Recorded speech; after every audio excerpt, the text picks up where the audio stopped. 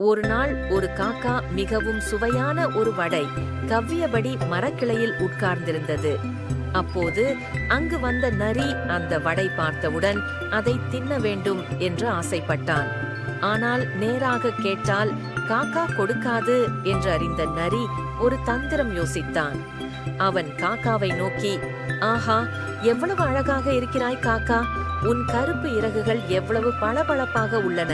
நீ பாடினால் உன் குரலும் அற்புதமாக இருக்கும். ஒரு பாடல் பாடி எனக்கு கேட்கவிடு என்றான். நரி சொன்ன பாராட்டை நம்பிய காக்கா மகிழ்ச்சியுடன் வாயை திறந்து கா கா என்று குரைத்தது. அந்த சமயத்தில் அதன் வாயிலிருந்த வடை கீழே விழுந்தது. வாய்ப்பு பார்த்த நரி உடனே அந்த வடை எடுத்து சாப்பிட்டு விட்டான். அப்போதுதான் காக்காவுக்கு தந்திரம் புரிந்தது.